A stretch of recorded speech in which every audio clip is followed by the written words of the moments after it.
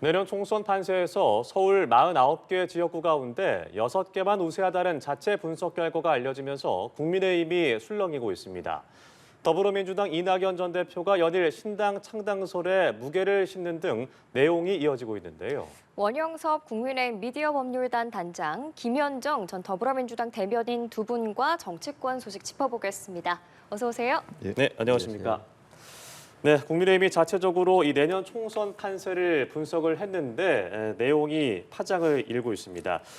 서울의 49개 지역 가운데 강남의 가불병과 서초 가불, 송파을 이렇게 6곳 정도만 우세한 것으로 나타났습니다. 이제 지난 총선 때는 당시 이제 미래통합당이 8석을 가져갔는데 오히려 더 줄었단 말이죠. 어떻게 보십니까? 우리 21대 총선을 한번 돌이켜 볼 필요가 있는데요. 그때 2019년 12월 그 당시의 분위기가 어땠냐면 패스트트랙이 막 통과된 시점입니다. 네. 그래서 그때 그 개헌 저지선이 깨진다고 100석 이하로 내려간다는 분위기로 그 당시에 이제 그 자유한국당이 초상집 분위기였거든요. 네. 그러다가 이제 그 12월 말부터 그 위성정당을 만들기 시작하고 그래서 1월 그리고 2월 초까지도 오히려 그게 대반전의 키가 됐습니다. 그 이근영 그 민주당의 전략기획위원장도 모 라디오 프로그램에 나와서 21대 총선에 가장 이제 위기 상황이 그때 그 위성정당 만들던 그 상황이 민주당에서는 가장 위기 상황이라고 했었고 그런데 그럼에도 불구하고 다시 3월로 넘어가고 막장 공천을 하면서 그러면서 이제 총선을 대패한 거거든요. 그러면 2019년 12월과 지금 2023년 12월을 돌이켜 볼 때 지금 우리가 여당이에요. 여당이고 그리고 이제 그 여러 가지 뭐 정책적인 거라든지 그리고 그 지방선거에서 또 승리하지 않았습니까? 그런 이제 지방 권력도 또 가지고 온 상황이고 그런데 지금 이런 상황이 돼 있다는 거에 대해서는 좀 안타까운 마음이 있지만 결국에는 그때 21대 그 총선 2019년 12월을 돌이켜 보더라도 결국 대반전의 키가 있느냐 없느냐 바로 그 부분이거든요. 그러니까 지금 국민의힘이 이 반전의 키를 준비하고 있다 그러면 이것은 또 지나가는 하나의 위기가 될 것이고 그럼에도 불구하고 대반전의 키를 가지고 있지 않다고 한다 그러면 이 위기는 그냥 단순한 위기가 아닌 거죠. 정말 그 쓰나미처럼 국민의힘을 휩쓸고 갈 그런 대단한 위기가 될 수밖에 없다. 그렇게 보여집니다. 예, 어떻게 보면 본 시험을 앞두고 모의고사를 본 건데 그거에 대한 성적표 결과에 따라서 대반전의 키에 따라 달라질 수 있을 것이다 말씀해 주셨는데 국민의힘의 보고서 내용 어떻게 보셨습니까? 일단 이게 여론조사를 근거로 한 정량 평가가 아니라 여론조사뿐만 아니라 뭐 후보라든지 구도라든지 여러 가지를 종합해가지고 한 정성적 평가라는 거 아닙니까?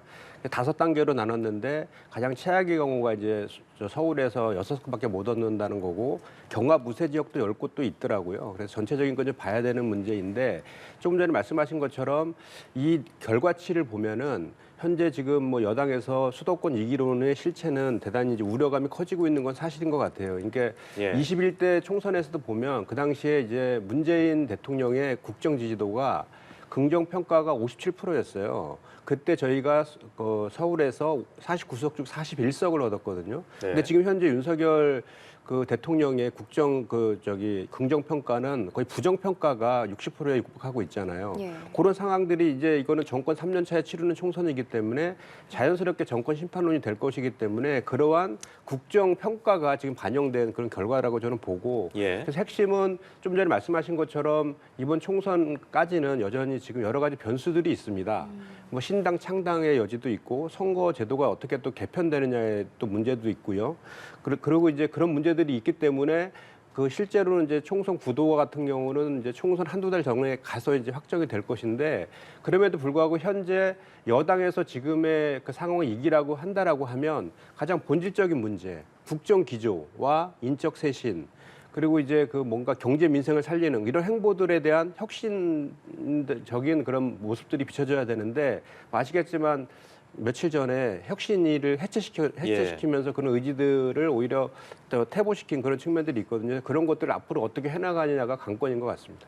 네, 물론 당 지도부는 이게 여러 가지 시나리오 가운데 가장 최악의 시나리오다 이렇게 얘기를 하고 있는데 당 안팎에서는 우려감이 상당하거든요. 이 지도부 책임론까지 나오고 있는데 그렇다면 이 상황에서 당 지도부가 앞으로 나아가야 할 방향 어떻게 보시나요? 사실은 저희가 그 강서구청장 보궐선거에서 패배하면서 그때 이제 큰 위기가 왔었습니다. 네. 이미 그 왔던 들이닥친 위기를 해소하기 위해서 혁신위가 출범을 한 거거든요.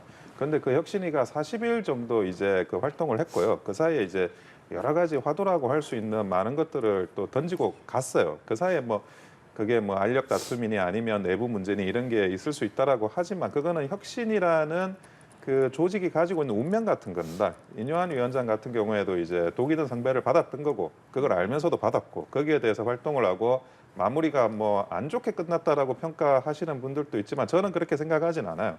50%의 성공이라고 인정하셨지만 인요한 위원장은 저는 50%보다는 더 큰 성공을 했다라고 봅니다. 그리고 예. 이제는 지도부가 숙제가 남아 있는 거예요. 그 사이에서 이제 40일간 뭐 시간을 벌기 위한 용이다라고 하는 거에 대해서 뭐 일부 위원들이 사퇴 의사 표시를 한 해 만에 하는 소란도 있었지만 시간 버는 것 자체는 굉장히 중요했습니다. 그 40일 동안 그래서 김기현 지도부가 뭔가를 준비해야 되는 시간이 만들어진 거거든요. 그런데 예. 이 40일 동안 무엇을 준비했냐? 저는 오히려 지금까지 나온 이 결과보다는 현재까지 지금부터 나올 결과가 김기현 지도부가 어떤 모습을 보이느냐에 따라 가지고 김기현 지도부에 대한 그런 책임 문제 아니면 그 쇄신 문제, 어떤 신뢰의 문제가 더 작용을 할 거라고 보고 있습니다. 현재까지는 40일 벌었어요, 시간을. 네. 분명히 숙제를 했고 그 숙제를 이제 내보내야 되는 부분이 있거든요. 중진 용태론이나 험지 출마 이런 것들도 지금 할 거 아니다. 그거는 네. 이제 1월 정도 해야 된다, 2월 정도 해야 된다. 만약 그렇다면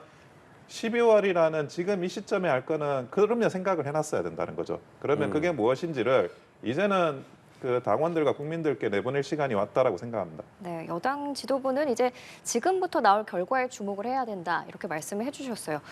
이런 와중에 민주당에서는 또 총선 낙관론이 나왔습니다. 이건 어떻게 보세요?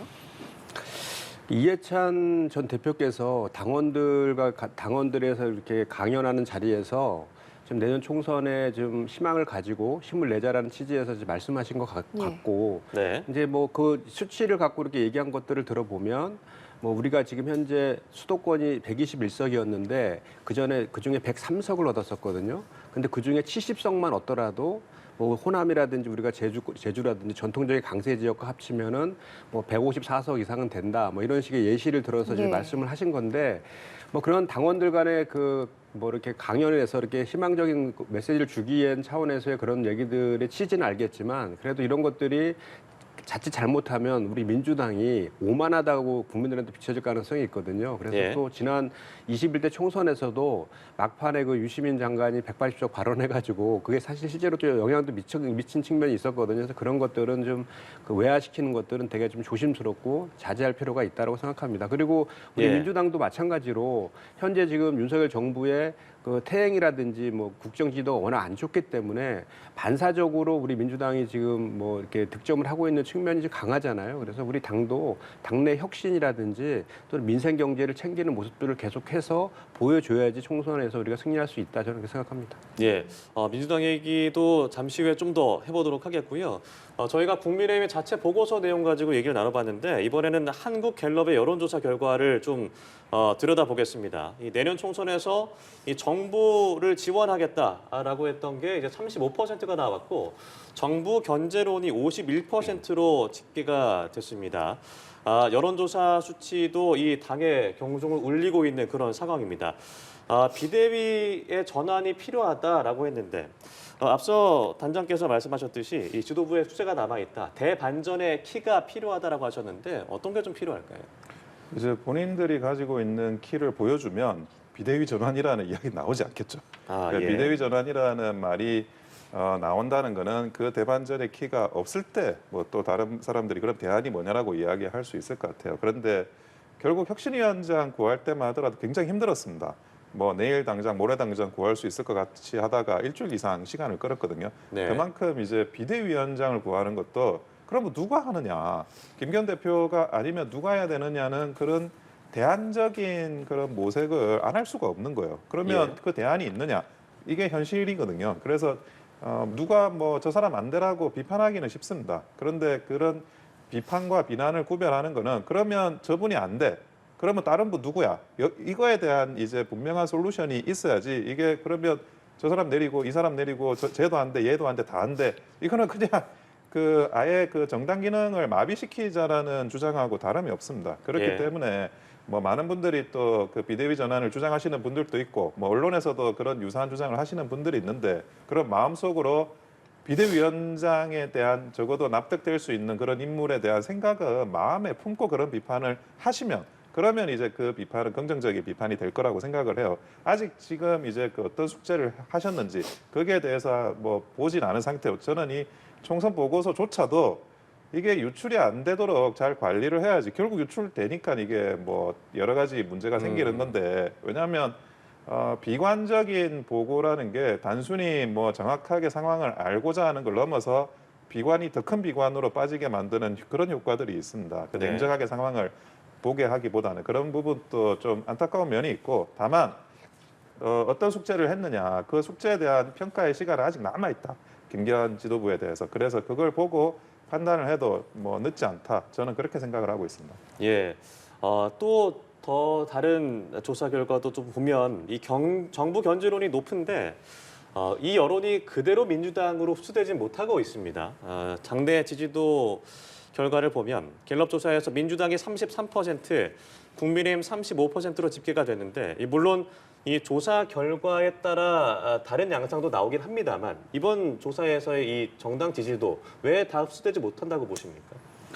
그러니까 좀 전에 제가 말씀드린 그런 취지이죠. 그러니까 지금 국정 운영이라든지 또는 민생 경제가 대단히 안 좋고 강서 그 구청장 보궐선거 참패 이후에 여당에서 혁신을 한다라고 했지만 실제로 그 혁신위가 해체되는 수순으로 이렇게 좀 꼼수 눈속임 혁신이다 이런 비판까지 있음에도 불구하고 우리 민주당의 자체적인 득점이 지금 없는 그런 원인들이 지금 작용하고 있는 거고요. 그러니까 다만 이제 지금 그 갤럽 조사에 보면 정당 지지도라든지 국정 지지도는 그전이랑 변함이 별로 없는데 네.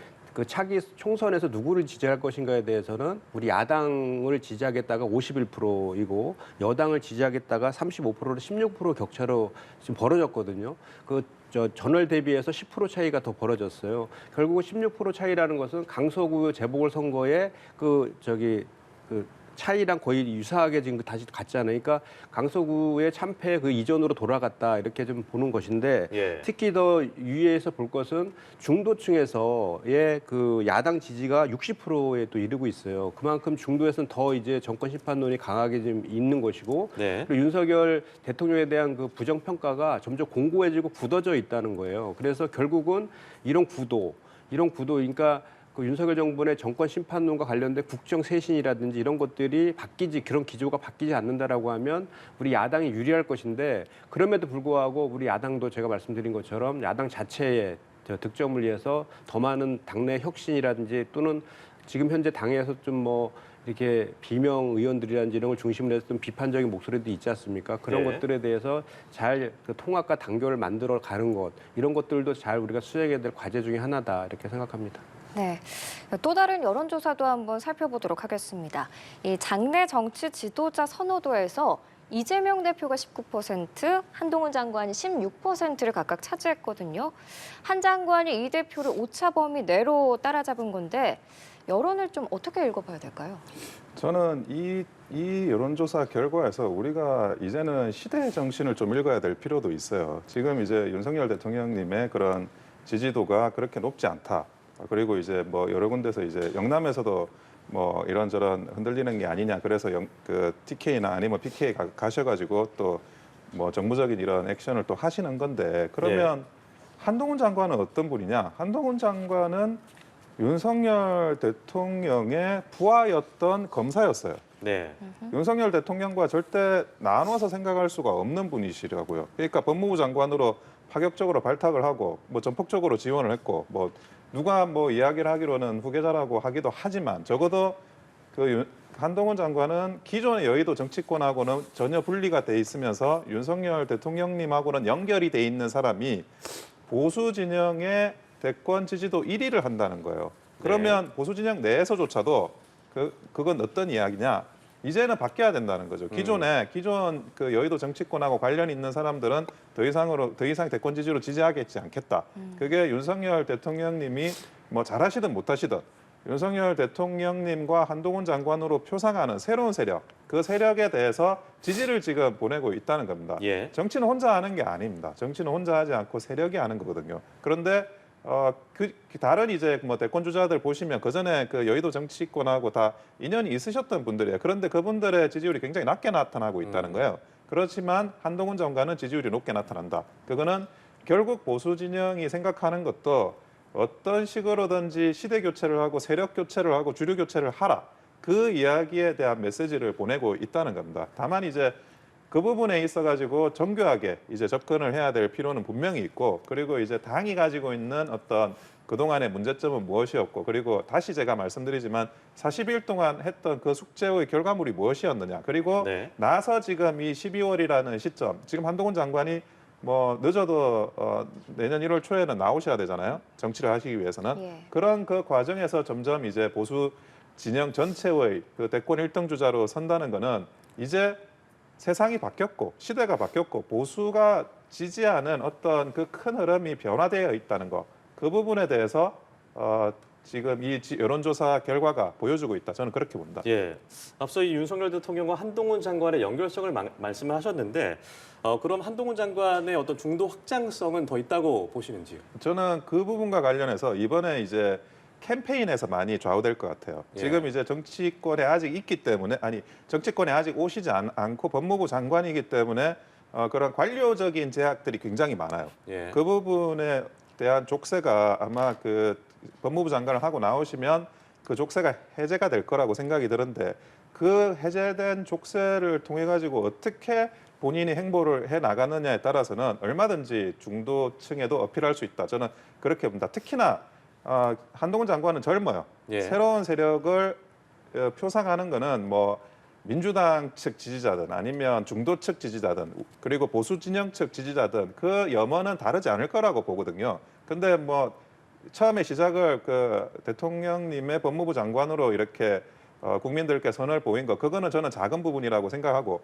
예. 이제는 본인의 독자적인 행보, 정치인으로서 거기에 따라 가지고 중도층 어필이 결정 날 거라고 보여집니다. 네, 그러면은 김 전 대변인께서는 지금 여론의 흐름 어떻게 보고 계시나요?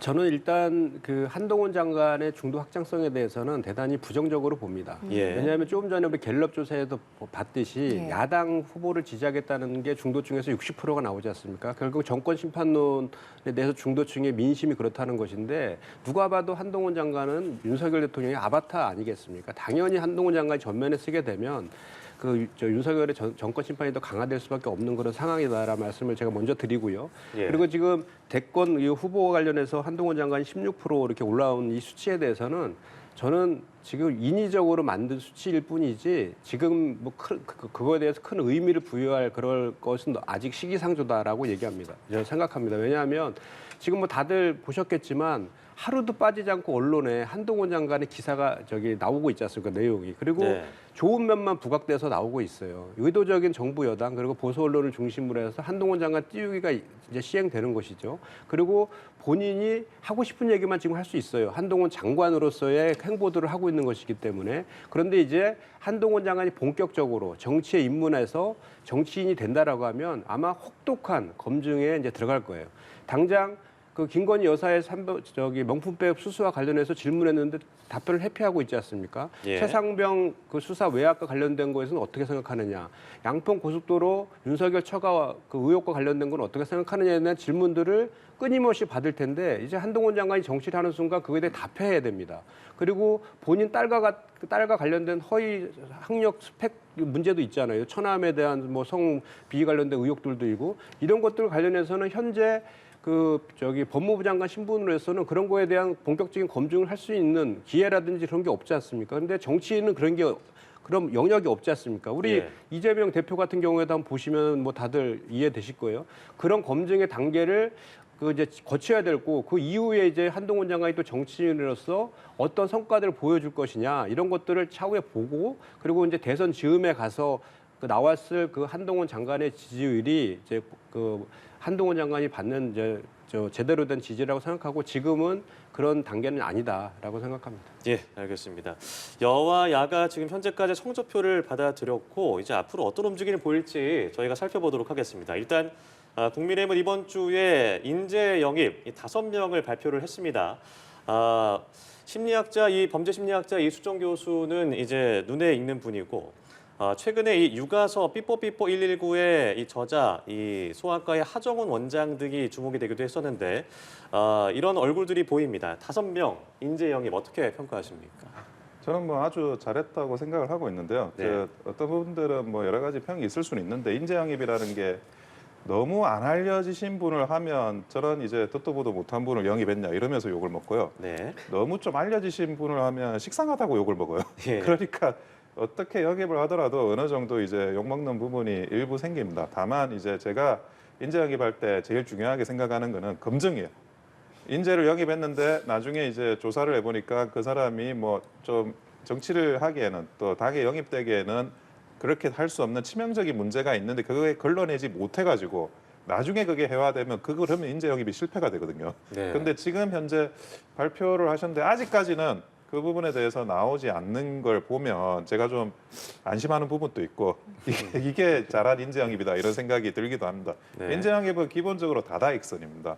정치라는 게 결국 사람 장사라 가지고 좋은 인재들 이런 분들이 모셔가지고 뭐라고 발언해 주는 게 그게 이제 그 메신저가 메시지거든요. 그러니까 네. 그 부분에 대해서 단순히 영입에서 끝나는 게 아니라 좀 관리도 좀 잘하고 그러다 보면 이제 더 좋은 인재가 영입될 수 있는 선순환 구조를 만들 수 있습니다. 과거에 야당일 때는 그게 굉장히 어려웠거든요. 그래도 이제 여당이니까 적어도 뭐 인재 영입과 관련해서는 아주 순조롭게 진행되기를 소망합니다. 예, 국민의힘의 이번 인재 영입 발표 좀 주목되는 인물이 있었습니까? 일단 하정훈 원장 같은 경우는 소아과 의사로 되게 유명하신 분이잖아요. 그래서 예. 아마 3040의 아이 키우는 그 뭐 부모 세대들을 겨냥한 것 같고 또 한 분은 탈북민이시잖아요. 한 분은 네. 대학생이고 그래서 그런 그 상징성 있는 분들을 좀 모신 것 같은데 그 5분 중에 그 3분은 그런 설명들이 좀 되는데 2분은 좀 약간 좀 비판적인 말씀을 좀 드릴 수밖에 없는 것이 이수정 교수 같은 경우는 사실 인재 영입이라고 하기에는 너무도 국민의힘과 그동안 같이 해왔던 행보들이 있지 않습니까? 네. 뭐 2020년도에는 당 그 성폭력 특위 위원도 활동을 하셨고 예. 특히 지난 대선 때에는 공동선대위원장 맡으셨잖아요. 예, 예. 공동선대위원장 맡으셔서 했던 주요 역할이 김건희 여사에 대한 호위무사 역할이었어요. 그 대표적인 게 뭐 각종 허위 학력 스펙에 대해서 그거에 대해서 계속 해명하는 역할도 했고 결정적으로는 남자가 뭐 돈을 주고 하면 미투가 생기지 않는다라는 영상이 그때 나와서 김건희 여사가 대단히 공경에 처했을 때 대리사가 있었잖아요. 근데 그것도 비판이 수그러들지 않자 사퇴해버렸거든요. 그런 논란이 있던 인사를 다시 총선 앞두고 인재로 둔갑해서 영입하는 게 아니라 맞는 것이냐. 그래서 향간에는 그 이수정 교수의 남편이 윤석열 대통령과 절친한 친구다. 뭐 이런 얘기들도 좀 하고 있는데 그런 부분에서 비판의 지점이 있고 구자룡 변호사 같은 경우는 누가 봐도 그 종편이나 그 방송 패널에 나와서 우리 이재명 저격수로 계속해서 예. 그 얘기했던 분 아닙니까? 결국은 그런 걸 봤을 때는 결국은 그 민주당에 대한 공격력이 강한 그런 사람들을 이제 인재로 포장해서 이게 영입한 거 아니냐라는 지점에서는 좀 비판의 지점이 있습니다. 네, 이런 가운데 민주당도 전략공천관리위원장을 임명했습니다. 4선의 안규백 의원인데 정세균계로 분류되죠. 그렇기 때문에 당내 통합을 위한 인사로 분석이 되는데 비명계 입장은 좀 다른 것 같아요. 그러니까 지금 그 정세균 의원 같은 경우는 당직자 출신이거든요. 그 전에 사무총장도 하셨고요.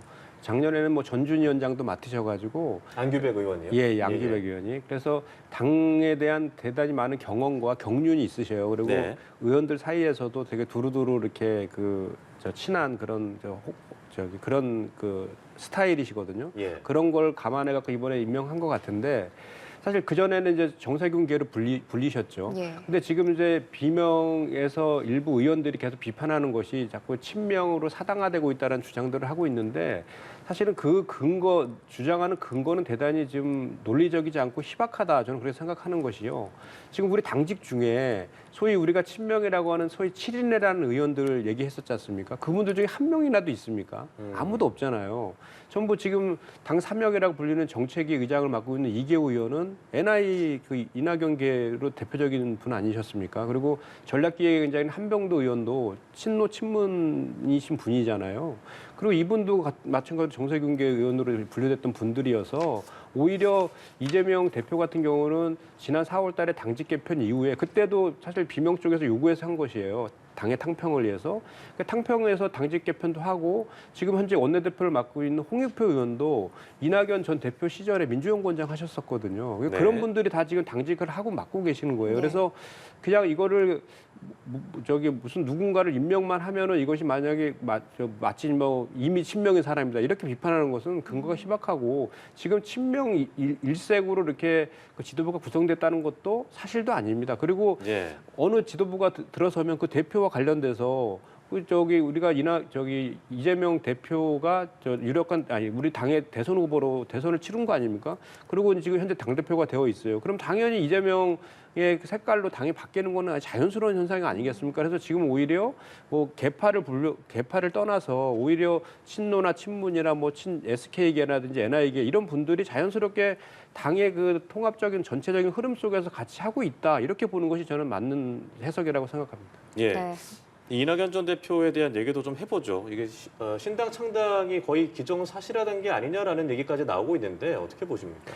저는 그렇지 않다고 생각합니다. 네. 오히려 우리 당에서 지금 총선 승리를 위해서 좀 부족하다고 생각되는 것을 메꾸는 역할을 좀 하고 있다고 보고요. 오히려 이제 그 시간이 좀 지나면서 그 행보들이 좀 강하게 좀 신당 창당을 네. 시사하는 발언들까지 나오고 있지만 오히려 역설적으로 저는 그런 발언들이 더 그 당이 좀 통합과 단결을 해야 하고 그렇게 해서 당이 총선에 승리해야 된다. 네. 그런 주문들을 당하게 오히려 역설적으로 하고 있다라고 저는 생각을 하거든요. 왜냐하면 그 이낙연 전 대표께서는 아무래도 지난 대선 경선 과정에서 그리고 그 전에 그 당대표 하시면서 본인을 따랐던 지지 그룹들이 있어요. 그 그룹들의 많은 분들이 총선을 준비하고 있거든요. 그분들의 구심점에서 이 이낙연 전 대표가 해야 될 역할들이 좀 있는 거죠. 그분들이 네. 이제 보듬어 안아야 되고 그리고 그분들이 우려하고 있는 소위 그 실체 없는 공천학살 뭐 이런 것들의 희생양이 되지 않도록 하는 또 그리고 그분들의 의견들을 당과 이렇게 그 서로 접목시키면서 가교 역할을 하는 그런 역할들을 본인이 지금 할 수밖에 없는 그런 처지에 있는 거거든요. 그리고 실제로 탈당을 하고 신당을 창당한다는 것은 이낙연 전 대표의 그 정치 이력을 보면은 전혀 상상할 수 없는 거기거든요. 왜냐하면 네. 그분은 지금 뭐 우리 당에서 그 아버님도 우리 민주당원으로 그 한 친구에 대해서 되게 자랑스럽게 얘기하시는 분이고 2004년도에 열린우리당이 생겼을 때에도 민주당을 지키신 분입니다. 그리고 2016년도에 호남에서 왜 그 국민의당 열풍이 불었었잖아요. 그때도 우리 민주당을 지키신 분이거든요. 네. 그리고 우리 당에서 뭐 사선도 하셨고 당대표도 하셨고 총리도 하셨고 이런 분이 우리 민주당을 떠나서 새로운 당을 만들어서 어떤 지지자를 결집해서 본인의 정치적 미래가 있겠습니까? 저는 그런 차원에서도 그런 가능성이 없다라고 봅니다. 이 이낙연 전 대표에 대한 신당 창당 가능성이 굉장히 낮다고 말씀하셨는데 어떻게 보세요? 근데 이낙연 전 대표는 이미 신당 창당 실무 작업을 착수한 걸로 본인이 말씀을 하셨잖아요. 예. 그런데 이런 그 워딩까지 나왔는데 그게 신당 창당 가능성이 낮다는 거는 저는 조금 뭐 적절치 않은 것 같아요. 무슨 말이냐면 진짜로 실무 작업을 하고 있더라도 그걸 네. 보통은 말을 안 하거든요. 근데 말을 했다는 거는 이미 좀 어느 정도는 진행되고 그게 이낙연 전 대표의 입이 아니라 하더라도 다른 루트로 누설될 가능성이 좀 생기는 그 시점에 이제 보통은 수면 위로 올립니다. 그러다 보니까 신당 창당 작업 자체는 뭐 저는 뭐 그 진행되고 있다라고 사실은 보고 있는 편이고요. 그리고 지금 뭐 안규백 이분이 전략공천관리위원장이라는 직을 맡았다고 하는데 제가 그게 국민의힘에는 없는 당직이라 가지고 뭔지 보니까 전략공천을 할 지역하고 그 인재를 추천하는 위원장이더라고요. 근데 보통 전략공천이 되는 사람은 신인들이에요.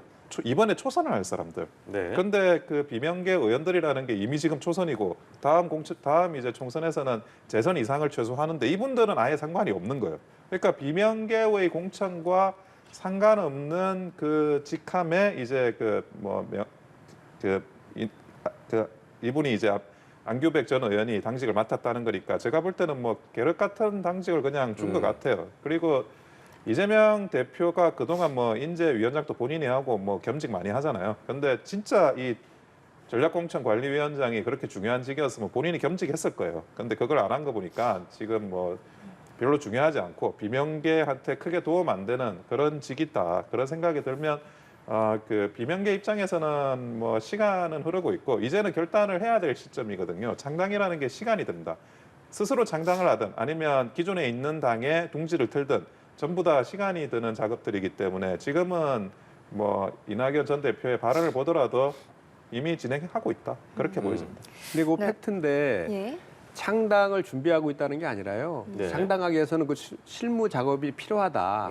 그런 얘기를 하신 거죠. 그래서 준비라는 것은 팩트는 아니다라는 말씀을 드리고 우리 이낙연 전 대표의 신당보다 오히려 이준석 전 대표의 신당을 더 걱정하셔야 될 국민의힘인 것 같습니다. 네, 이제 국회 얘기로 넘어가 보도록 하겠습니다.